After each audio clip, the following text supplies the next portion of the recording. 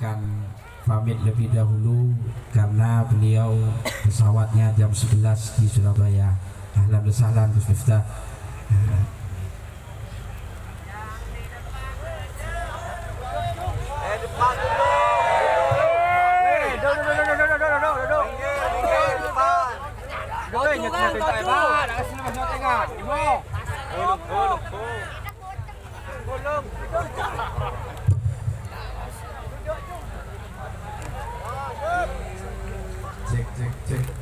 Cek.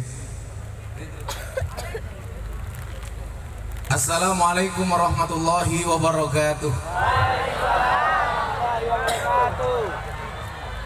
Selamat malam dan salam sejahtera untuk kita semuanya. Hamdan wa syukran lillah, la haula wa la quwata illa billah, amma ba'd.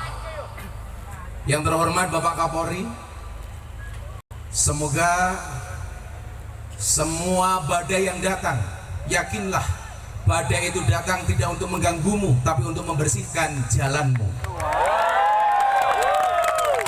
Beserta segenap jajaran utama yang saya hormati, Hadratul Muhtaramin, seluruh sesepuh Subhanul Muslimin, Ibu Gubernur yang saya hormati, dan Subhan lovers yang berbahagia. Beli es lilin bakule perawan, perawane ayu bokonge lemu.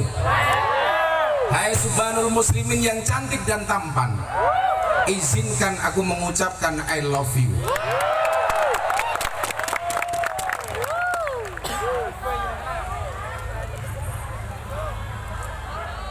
Saudara-saudara sekalian, saya tadi mengikuti arahan Bapak Kapolri melalui YouTube. Kebetulan saya sama Kiai Said dikasih julukan wali YouTube. Yang terbaru, seperti Pak Kabak Intelkam tahu, saya mendapatkan penghargaan dari Lembaga Prestasi Indonesia dan Dunia. Salah satunya adalah menjadi selebritis yang paling banyak wajahnya dilukis di bokong truk. Yang paling menyedihkan Pak Kapolri, mobil tangki sedot WC.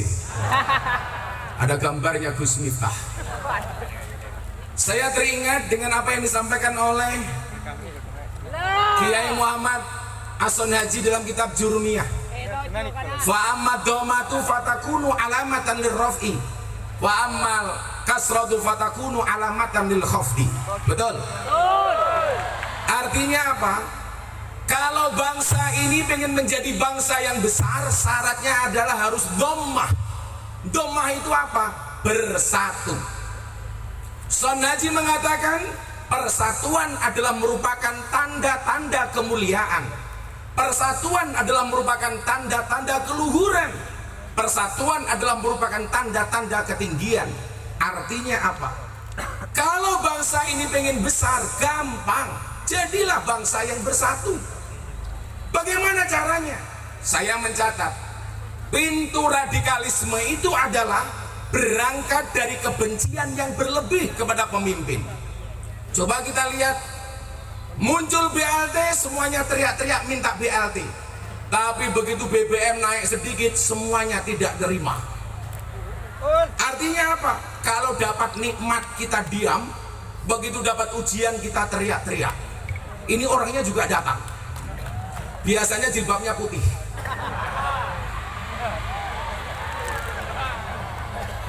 Yang jilbabnya pink insya Allah lebih parah. Maka apa? Coba salah satu bentuk-bentuk kebencian yang kemudian memporak-porandakan persatuan. Ketika Presiden Jokowi meminta kepada semua gubernur di Indonesia, ketika ibu kota Nusantara dipindah ke Kalimantan, untuk membawa tanah dan air, termasuk ibu gubernur. Kita ngambil dari mana, Bu? Dari Mojokerto. Orang yang benci dengan pemimpin mengatakan apa? Presiden percaya dengan dukun, percaya dengan klenik. Masa membuat ibu kota harus menyiapkan tanah dan air?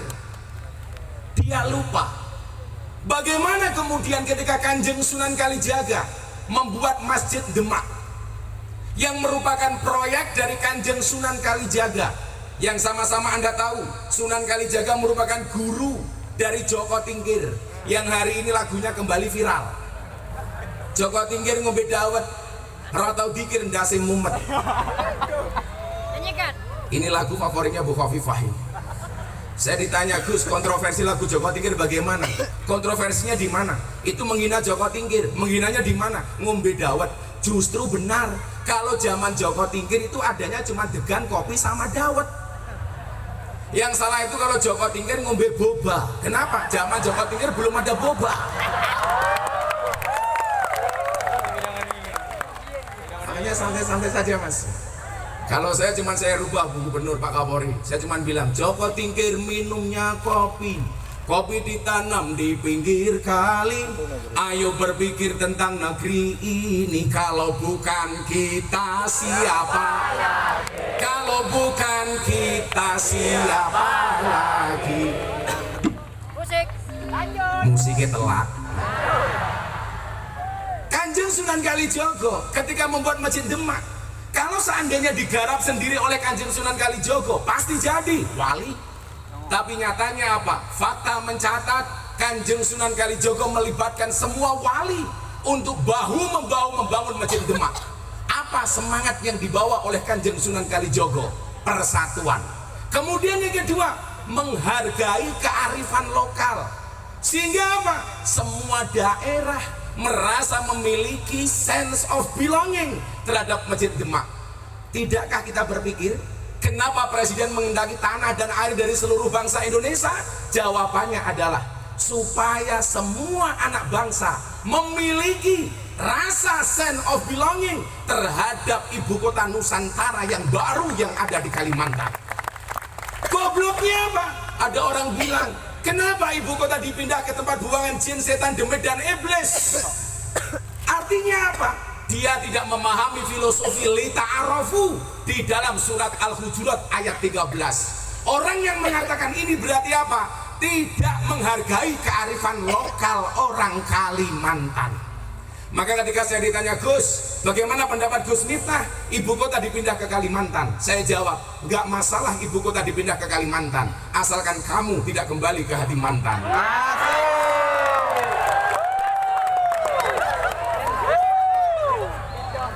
Ini anak-anak muda Pak Kapolri. Saya tahu psikologis mereka. Maka saya dari niati, saya baru ada acara di Surabaya habis maghrib. Saya bilang sama sopir, harus ketemu Pak Kapolri. Saya ingin menyampaikan satu hal sama Kapolri. Kerja 24 jam, resiko tugas paling berat, gaji kecil, tapi yakinlah bagaimanapun juga coklat rasanya paling manis. Betul? Makanya saya bilang, Pak Kapolri, cintaku padamu seperti air kencing di dalam kolam renang. Maksudnya apa? Wujudnya tidak nampak, tapi hangatnya bisa dirasakan.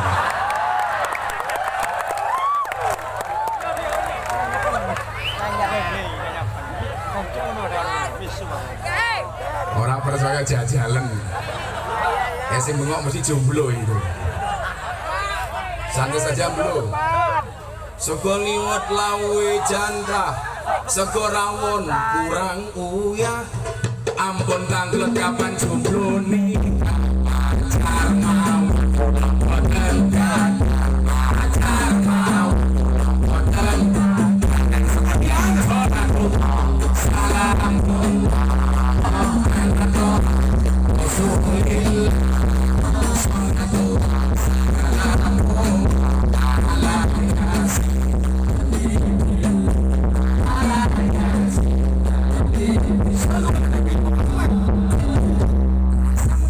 terhadap ibu kota.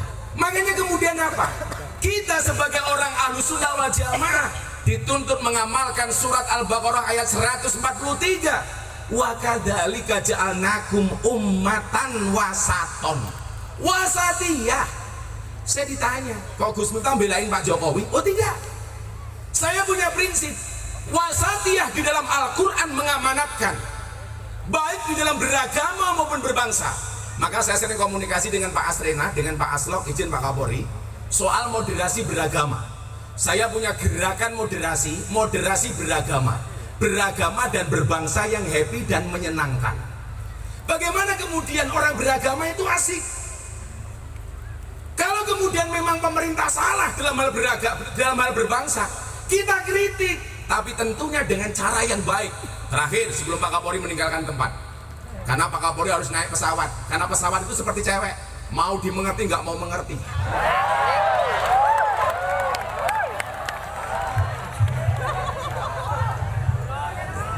Bu Khofifah langsung tertawa. Yang jelas Pak Kapolri, saya masih ingat betul arahan Presiden Jokowi waktu itu ketika Rapimnas TNI Polri, tolong anggota TNI Polri WA grup para istri diawasi. Betul Pak Kapolri ya? Supaya tidak terpapar dengan paham radikalis. Saya mikir, ini perintah Presiden benar. Tapi pertanyaannya adalah, emangnya berani suami ngawasi HP istri? Gak mungkin berani. Perempuan itu karakternya satu, kalau disakiti nggak pernah lupa, kalau menyakiti nggak pernah ingat. Itulah perempuan. Betul Bang Nigo ya?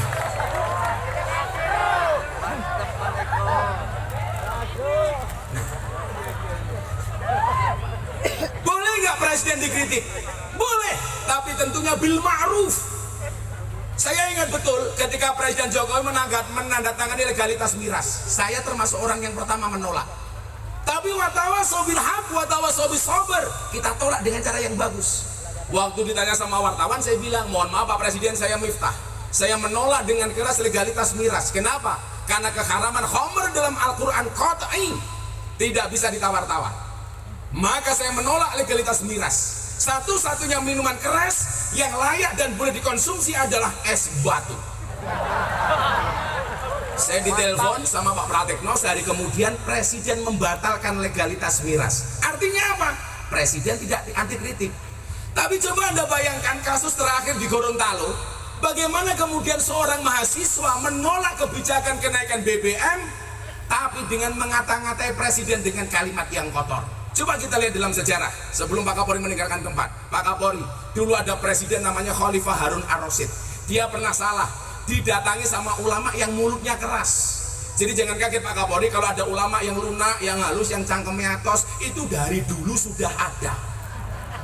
Maka kemudian muncul istilah kriminalisasi ulama. Saya bilang yang benar itu kriminalisasi ulama atau proses hukum terhadap ulama yang kriminal. Kalau ada ulama kriminal ditangkap sama polisi, itu bukan kriminalisasi ulama, tapi proses hukum terhadap ulama yang kriminal. Betul? Kriminalisasi ulama itu kalau Kapolri ngundang kiai pulang nggak diamplopi, lah itu kriminalisasi. Itu bisa dilaporkan ke Bareskrim atas dugaan pelanggaran KUHP pasal 378, penipuan. Kalau dikasih cuma sedikit, pasalnya beda lagi Pak, 335, perbuatan tidak menyenangkan. Dia mengatakan apa sama Harun Ar-Rasyid, ulama ini?